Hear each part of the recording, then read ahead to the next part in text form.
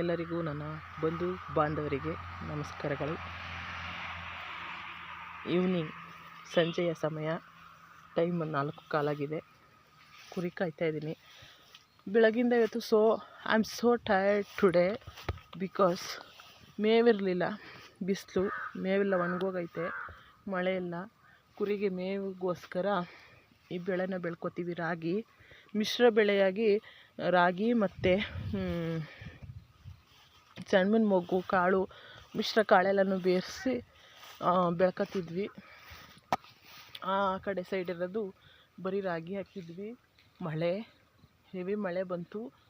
Last ಈ time ಈ ಬ್ಯಾಚಲ್ಲಿ ಹುಳ್ಳಿಕಾಳು ಅಥವಾ ತಣ್ಣಕಾಳು ಬಿತ್ತನೆ ಮಾಡಿದವ್ರಿಗೆ ಗೊತ್ತಿರುತ್ತೆ. ಈ ಸಲ ಒಂದೇ ಕಡೆ ಮಳೆ ಬಿದ್ದಿದ್ದು. ಒಂದು ಸೈಡ್ ಮಳೆ ಬಂದರೆ ಒಂದು ಸೈಡ್ ಬರ ಬಂತು. ಹಾಗೇನೆ ಇಲ್ಲೂ ಬರ ಬಂದಿತ್ತು. ಕೊನೆಯಲ್ಲಿ ರಾಗಿ ಬಿತ್ತನೆ ಮಾಡಿದಾಗ ಸಿಕ್ಕಾಬಟ್ಟೆ ಮಳೆ, ಮೊಳಕೆ ಟೈಮು, ಮಳೆ ಜಾಸ್ತಿ ಆದ್ರಿಂದ ಫಸಲು ಬರಲಿಲ್ಲ. ರಾಗಿದು ಮೇವು ಸಾಲ್ಟೇಜ್ ಆಯಿತು ಕುರಿಗಳಿಗೆ. ಅದರಿಂದ ತೋಟಕ್ಕೆ ಅಥವಾ ಮೇಲೆ ಬಯಲಿದೆ, ಬಯಲಿಗೆ ಹೋಗಬೇಕು. ಭಾಳ ಕಷ್ಟ ಫ್ರೆಂಡ್ಸ್. ಒಬ್ಳ ಕೈಲೇ ಮೇಂಟೈನ್ ಮಾಡೋಕ್ಕಾಗ್ತಿಲ್ಲ. ಈ ಕಡೆ ಹೊಡೆದ್ರೆ ಆ ಕಡೆ ಹೋಗ್ತವೆ, ಆ ಕಡೆ ಹೊಡೆದ್ರೆ ಈ ಕಡೆ ಹೋಗ್ತವೆ. ದನ ಆದರೆ ಕಟ್ಟಾಕ್ಬಿಟ್ಟು ಮೇವು ಹಾಕ್ಬೋದು. ಕುರಿಗಳು ಹಂಗಲ್ಲ ಸರ್, ಮೇಂಟೈನ್ ಮಾಡೋದು ತುಂಬ ಕಷ್ಟ ಆಗುತ್ತೆ. ಮೇವಿಲ್ದಿರೋ ಕಾರಣಾಂತರಗಳಿಂದ, ಅಂದರೆ ಮರಗಳಿದ್ವು ಆಗ,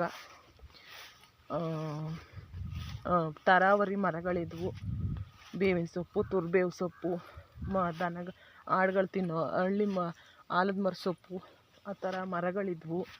ಎಲ್ಲನೂ ಈಗ JCB, ಇಟಾಚಿ, ಕಟರು ಎಲ್ಲ ಬಂದಮೇಲೆ ಯಾರು ಕೂಡ ಮರನ ಮಡಿಕತೆ ಇಲ್ಲ. ಆಮೇಲೆ ಬೋರ್ವೆಲ್ ಬಂದಮೇಲೆ ಮರಗಳ ನೆರಳಿಂದ ಸರಿಯಾಗಿ ಬೆಳೆ ಬೆಳೀತೇ ಇಲ್ಲ, ಮರದ ತಾವಲ್ಲಿ ಸರಿಯಾಗಿ ಬೆಳೆ ಬತ್ತೇ ಇಲ್ಲ, ಮೇವು ಸಮೇತ ಬತ್ತೇ ಇಲ್ಲ ಅಂದ್ಬಿಟ್ಟು ಒಂದು ಮರನೂ ಇಟ್ಕೋತೇ ಇಲ್ಲ ಯಾರೂ. ಆದ ಕಾರಣ ನಮ್ಮ ತೋಟದಲ್ಲೇ ಎಷ್ಟೊಂದು ಮರಗಳಿದ್ವು. ನಾವು ಕುರಿ ಆಂಡ ಸಾಕೋದು ಮುಂಚೆಗೆ ಪಕ್ಕದವರೆಲ್ಲ ಬಂದು ಸೊಪ್ಪು ಸೆಣಿಯೋರು, ಸೊಪ್ಪು ತಗೋಗೋರು, ಹುಲ್ ಕುಯ್ಕೋಗೋರು. ಈಗ ನಾವು ಸ್ಟಾರ್ಟ್ ಮಾಡಿದಾಗ ನಮಗೆ ಮರಗಳಿಲ್ಲ.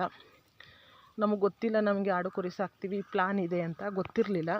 ನಾವು ಆಡು ಕುರಿ ಮಾಡ್ತೀವಿ ಅಂತ ನಮಗೆ ಮುಂದಿನ ಭವಿಷ್ಯ ಯಾರಿಗೆ ಗೊತ್ತು. ಇರೊಬ್ಬರ ಸೊಪ್ಪುಂದು ಆಧಾರಿತ ಮರಗಳೆಲ್ಲನೂ ತೆಗೆಸ್ಬಿಟ್ರು ತೋಟಕ್ಕೆ ನೆರಳಾಗುತ್ತೆ ಅಂತ. ಈಗ ಆಡಿಗೆ ಜೋಳದ ಕಡ್ಡಿ, ಮೇವಿನ ಜೋಳದ ಕಡ್ಡಿ ಕಟ್ಟಿದ್ರು ಮೇಯ್ತದೆ, ಕಟ್ ಮಾಡಾಕಿದ್ರು ಮೇಯ್ತದೆ, ಶಲ್ಲಿಂಗ್ ಮಾಡಾಕಿದ್ರೆ. ಆದರೆ ಸೊಪ್ಪನ್ನ ತಿಂದು ಬೈಲ ಮೇದಿದ್ರೆ ಮಾತ್ರ ಅವಕ್ಕೆ ಗಟ್ಟಿತನ ಬರುತ್ತೆ ಅಂದ್ಬಿಟ್ಟು ಬೈಲಿಗೆ ಬಿಟ್ಕೊಂಬತ್ತಿದ್ದೀವಿ. ಸ್ವಲ್ಪ ದಿವಸದಿಂದ ಮೇವಿಲ್ಲ ಅವಕ್ಕೆ, ಆದ ಕಾರಣ ಮೇಯ್ಕೊಳ್ಳಿ ಅಂತ ಕುರಿ ಜೊತೆಗೆ ಹೊಡ್ಕೊಬತ್ತೀವಿ. ಆದರೂ ಕುರಿ ಮೇದಿತ್ತವ, ಆಡು ಮೇಯ್ತೇ ಇಲ್ಲ. ಯಾವಾಗಲೂ ಮೇದಿ ರೂಢಿ ಇಲ್ಲದೆ ಇರೋದ್ರಿಂದ ಜೊತೇಲಿ ಮೇಯೋದಿಲ್ಲ, ಓಡಾಡ್ತವೆ, ನಿಂತಲ್ಲಿ ನಿಲ್ಲೋದಿಲ್ಲ. ಅದರಿಂದ ಆಡನ್ನ ನಮ್ಮ ಮನೆಯವ್ರು ಮೇಯಿಸ್ತಾರೆ. ಅಂದರೆ ಮನೇಲಿ ಟಗರುಗಳವೆ, ಶೆಡ್ಡಿದೆ, ಶೆಡ್ಡಲ್ಲಿ ಟಗರುಗಳಿಗೆ ಮೇವು ಹಾಕೊಂಡು, ನೀರು ಕುಡಿಸ್ಕೊಂಡು, ದನಿಗೆ ಹುಲ್ಲು ಹಾಕೊಂಡು, ದನ ನೋಡ್ಕೊಂಡು ಆಡನ್ನ ನೋಡ್ಕೊತಾರೆ. ಯಾಕೆಂದರೆ ಶೆಡ್ ಹತ್ರ ಹೋಗ್ತಾ ಇರಬೇಕು 2 ಸಲ. ಶೆಡ್ ನೋಡ್ಕೊಳ್ಳೋಕೆ ಯಾರೂ ಇಲ್ಲ. ಮೇಕೆಗಳನ್ನ ಅಂದರೆ ಟಗರುಗಳನ್ನ ಕಟ್ಟಾಕಿರ್ತೀವಿ, ಗುದ್ದಾಡ್ತವೆ ಅಥವಾ ಏನಾದರೂ ಏಟ್ ಮಾಡ್ಕೋತವೆ. ಈಗ ಸ್ವಲ್ಪ ದಿವಸದಲ್ಲಿ ಕೊಳ್ಳೂರಿ ಕಿತ್ತೋಗಿರೋ ಮೇಕೆ ಬಂದು ನಿಂತಿರೋ ಮೇಕೆ ಮರಿಗೆ ಗುದ್ದಿ ಮೂಗಲ್ಲಿ ಬ್ಲಡ್ ಬರ್ಸ್ಬಿಟ್ಟಿತ್ತು. ಮೂಗುಗೆ ಹೊಡಿದಾನೆ ಮಲ್ಕು ಅಥವಾ ತಲೆಗೆ ಅಥವಾ ಆಯ್ದ ಜಾಗಕ್ಕೆ ಏನಾದ್ರು ಹೊಡೆದ್ರೆ ಸತ್ತೋಗೋ ಚಾನ್ಸಸ್ ಇರ್ತದೆ. ಒಂದು ಏಟ್ಗೆ ಸತ್ತೋಗ್ಬಿಡ್ತವೆ, ಪಟ್ಟಂತ ಹೊಡೆದೇಟ್ಗೆ ಸತ್ತೋಗ್ಬಿಡ್ತವೆ.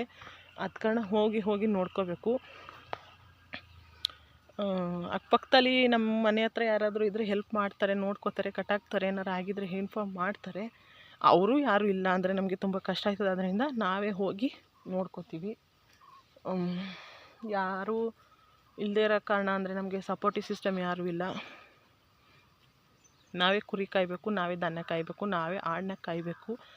ನಾವಿಲ್ಲದೇ ಇದ್ದರೆ ಯಾರು ಮೇಯಿಸ್ತಾರೆ, ನನಗೆ ಯಾರೂ ಇಲ್ಲ. ನಮಗಿರೋದು 2 ಚಿಕ್ಕ ಮಕ್ಕಳು, ಅವರು ಸ್ಕೂಲ್ಗೆ ಹೋಗ್ತಾರೆ, ಸರ್ಕಾರಿ ಸ್ಕೂಲ್ಗೆ.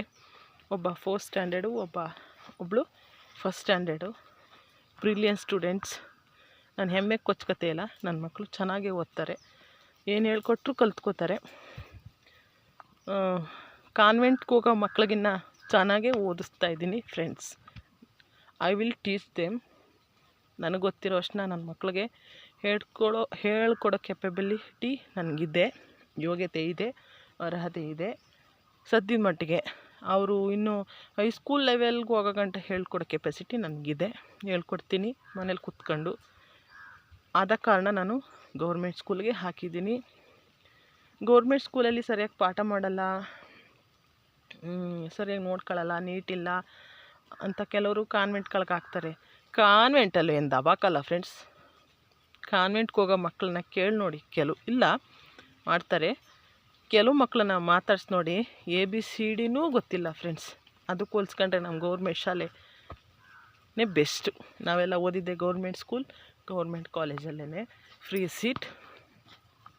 ನಾವೇನು ದಡ್ರಾಗಿಲ್ಲ.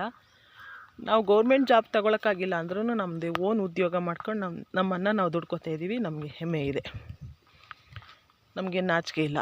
ಗೌರ್ಮೆಂಟ್ ಜಾಬ್ ಸಿಕ್ಕಿಲ್ಲ ನಮಗೆ, ನಾವು ಸಿಟಿಲಿ ಕೆಲಸ ಮಾಡ್ತಾಯಿಲ್ಲ, ಅಥವಾ ನಾವು ದನ ಕಾಯ್ತಾ ಇದ್ದೀವಿ, ನಾವು ಕುರಿ ಕಾಯ್ತಾ ಇದ್ದೀವಿ ಅಂತ ನಮಗೆ ನಾಚಿಕೆ ಇಲ್ಲ. ನಾವು ಮಾಡ್ತಿರೋದು ಮೋಸ ಅಲ್ಲ. ಆದ ಕಾರಣ ನಾವು ಹ್ಯಾಪಿಯಾಗಿದ್ದೀವಿ. ಅದಕ್ಕೆ ಕಷ್ಟ ಇದೆ ಕಣ್ರಿ, ತುಂಬ ಕಷ್ಟ. ನಾನೊಬ್ಬ ರೈತನ ಮಗಳಾಗಿದ್ಕೊಂಡೆ ಇಷ್ಟು ಕಷ್ಟ ಆಗಿದೆ ಅಂದರೆ, ನಾನು ಹುಟ್ಟು ಬೆಳೆದತ್ತವಿಂದ ರೈತರು ಅಂದ್ರೇನು, ರೈತರ ಕಷ್ಟ ಅಂದ್ರೇನು. ಹೊಗೆ ಸೊಪ್ಪು ನಮ್ಮ ಕಡೆ ಕೊಣನೂರು ಹಾಸನ ಸೈಡ್ ಹೊಗೆ ಸೊಪ್ಪು ಬೆಳೆಯೋದು, ಪಾತಿ ಮಾಡೋದು ಹೆಂಗೆ, ಪಟ ಮಾಡಿ ನೀರು ಹಾಕಿ ಸೊಸಿ ಬೆಳೆಸಿ, ಸೊಸಿ ನೆಟ್ಟು ಗೊಬ್ಬರ ಹಾಕಿ, ಸೊಪ್ಪು ಮುರಿದು, ಸೊಪ್ಪು ಏರಿಸಿ, ಸೊಪ್ಪು ಕಟ್ಟಿ, ಸೊಪ್ಪು ಇಳ್ಕಿ, ಸೊಪ್ಪು ಬಿಚ್ಚಿ, ಕೋಲು ದಾರ ಬೇರೆ ಮಾಡಿ, ತಿರ್ಗಾ ಇನ್ನೊಂದು ವೀಕಿಗೆ ಸೊಪ್ಪು ಮುರಿಯೋಷ್ಟೊಳಗೆಲ್ಲ ರೆಡಿ ಮಾಡಿ ಎಲ್ಲ ಕೆಲಸನೂ ಮಾಡಿದ್ದೀವಿ. ನಾವೇ ಸೊಪ್ಪು ಏರಿಸಿದ್ದೀವಿ. ಜೇಮ್ಸ್ ಸರ್ ಅಂತಿದ್ರು SLCಲಿ, ಜೇಮ್ಸ್ ಡಿಸಿಲ್ವಾ, ಮ್ಯಾಕ್ಸ್ ಟೀಚರ್. ಅವರು ಮನೆ ಹತ್ರ ಹುಡ್ಕೊಂಬರೋರು, ಓದ್ದಿರೋ ಮಕ್ಳಿಗೆ ಸ್ವಲ್ಪ ಓದಿಸಿ ಅಂತ ಹೇಳೋಕ್ಕೆ. ಅವ್ರು ಬರೋ ಟೈಮ್ಗೆ ನಾವು ಕೋಲು ಇಳಕ್ತಾಯಿದ್ದೋ, ಸಿಕ್ಕಾಪಟ್ಟೆ ಬೈದ್ಬಿಟ್ಟೋಗಿದ್ರು. ಓದೋಕ್ಕಿಲ್ವಾ, ಇನ್ನು 15 ದಿವಸ SLC ಎಕ್ಸಾಮ್ ಇದೆ ಅಂತ. ನಾನು ಓದಲೇ ಇಲ್ಲ ಫ್ರೆಂಡ್ಸ್. SLCಲಿ 63%. ಓದಿದರೆ ಎಷ್ಟು ಜಾಸ್ತಿ ತೆಗಿತಿದ್ದೇನೋ, ಬರೀ 63% ಅಷ್ಟೇ. ಯಾವಾಗಲೂ ಕೆಲಸ ಮಾಡ್ಕೊಂಡೇ ಇರ್ತಿದ್ದೋ, ಯಾವಾಗಲೂ ದನ ಕಾಯೋದು, ದನ ಎಳ್ಕೊಂಬರೋದು, ಮನೆ ಕೆಲಸ ಮಾಡೋದು, ಹೀಗೇನೇನಾದರೂ ಮಾಡ್ತಾನೇ ಇದ್ದೋ. ಅಂದರೆ ಆವಾಗ ನಮಗೆ ಓದಬೇಕು, ಓದಿದ್ರೆ ಬೆನಿಫಿಟ್ ಇದೆ ಅಥವಾ ಓದಿದ್ರೆ ಪ್ರಯೋಜನ ಇದೆ ಅಂತ ಹೇಳೋರು ಇದ್ದರು. ಆದರೆ ನಮ್ಮ ತಲೆಗೆ ಹೋಗಲಿಲ್ಲ. ಅಷ್ಟು ಶಿಸ್ತಾಗಿ ಓದೋಕ್ಕೆ ಇಂಟ್ರೆಸ್ಟ್ ಕೊಟ್ಟು ಓದಲಿಲ್ಲ. ನಾವೆಲ್ಲ ಪಾಸಾಗಿದ್ದೆ ಗ್ರಾಮರಿಂದ, ಬೈನ್ಯಾಕಿಂದ. ಅಂದರೆ ಅವ್ರು ಪಾಠ ಮಾಡುವಾಗ ನಮ್ಗೆ ಅರ್ಥ ಆಗಿತ್ತಲ್ಲ, ಅಷ್ಟನ್ನೇ ನೆನ್ಪಿಟ್ಕೊಂಡು ಬರ್ದು ಗ್ರಾಮರಿಂದ. ಗ್ರಾಮರ್ ಕನ್ನಡ ಗ್ರಾಮರ್ ಆಗಿರ್ಬೋದು, ಇಂಗ್ಲೀಷ್ ಗ್ರಾಮರ್ ಆಗಿರ್ಬೋದು, ಬಿಟ್ಟ ಸ್ಥಳ, ಖಾಲಿ ಸ್ಥಳ, ಈ ಥರ ಇರ್ತದಲ್ವ. 100ಗೆ 60 ಅಂತನೋ, 100ಗೆ 40 ಅಂತನೋ, ಆ ರೀತಿ ಟಿಕ್ಕಿಂಗು ಇತ್ತು. ಟಿಕ್ಕಿಂಗ್ ಒಂದು 20 ಮಾರ್ಕ್ಸ್ಗೆ ಆ ಥರ ಇದರಿಂದ ನಾವು ಪಾಸಾದ್ವಿ ಅನಿಸುತ್ತೆ. ಬೈ ಗ್ರೇಸ್ ಏನಲ್ಲ, ಓದ್ತಿದ್ವಿ. ಆದ್ರೂ ಅಷ್ಟೇನು ಈ ರ್ಯಾಂಕ್ ತಗೋಬೇಕು, ರ್ಯಾಂಕಿಂಗ್ ಸ್ಟೂಡೆಂಟ್ ಆಗಬೇಕು, ರಿಚ್ ಪರ್ಸನ್ ಆಗಬೇಕು, ಓದಿದ್ರೇ ದುಡ್ಡು ದುಡಿಯೋಕ್ಕೆ ಸಾಧ್ಯ ಅಂತ ಏನು ಇಂಟ್ರೆಸ್ಟ್ ಕೊಟ್ಟೇನು ಓದ್ತಿರ್ಲಿಲ್ಲ ಫ್ರೆಂಡ್ಸ್. ನಿಜವಾಗ್ಲೂ ಓದೋಕ್ಕೂ ಟೈಮ್ ಇರ್ತಿರಲಿಲ್ಲ. ಹಳ್ಳಿ ಕಡೆ ಜೀವನ ಗೊತ್ತಿರುತ್ತೆ, 80s 90s ಕಿಡ್ಸ್ಗೆ ಎಲ್ಲ ಗೊತ್ತಿರುತ್ತೆ ಆಲ್ಮೋಸ್ಟ್ ಎಷ್ಟು ಹಾರಿಬಲ್ ಆಗಿತ್ತು ಲೈಫ್ ಅಂತ. ಈಗಿನ ಮಕ್ಳ ಥರ, ನನ್ನ ಮಕ್ಳ ಥರ ನಾನು ಹೇಳ್ತೀನಿ, ಕೂತ್ಕೊಂಡು ಓದ್ರಿ, ಸ್ಕೂಲಿಂದ ಬಂದು ಯೂನಿಫಾರ್ಮ್ ಬಿಚ್ಚಾಕ್ರಿ, ಶೂ ಬಿಚ್ಚಾಕ್ರಿ, ಊಟ ಮಾಡಿರಿ, ಊಟ ಮಾಡೋಂಗಿದ್ರೆ TV ನೋಡಬೇಡಿ, ಮೊಬೈಲ್ ನೋಡಬೇಡಿ, ನೋಡಿರಿ ನಿಮಗೆ ಯಾವ ಕೈಂಡ್ ಇನ್ಫಾರ್ಮೇಷನ್ ಬೇಕಾದ್ರ ಬಗ್ಗೆ ನೋಡಿರಿ. ಅತಿಯಾಗಿ ಮೊಬೈಲ್ ನೋಡಬೇಡಿ, ಅತಿಯಾಗಿ ಯೂಟ್ಯೂಬ್ ನೋಡಬೇಡಿ ಅಂತ ಹೇಳ್ತೀನಿ.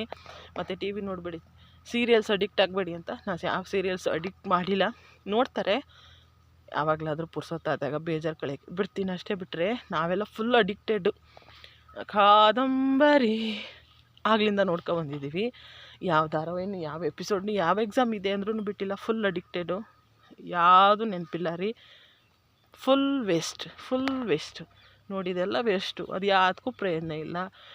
ಜೀವನದಲ್ಲಿ ಪಾಠ ಕಲಿಯೋಕ್ಕೆ ಹೆಲ್ಪ್ ಆಗಲಿಲ್ಲ, ಜೀವನದಲ್ಲಿ ಮುಂದೆ ಬರೋಕ್ಕೂ ಹೆಲ್ಪ್ ಆಗಲಿಲ್ಲ. ಎಲ್ಲ time waste, time flop, life flop.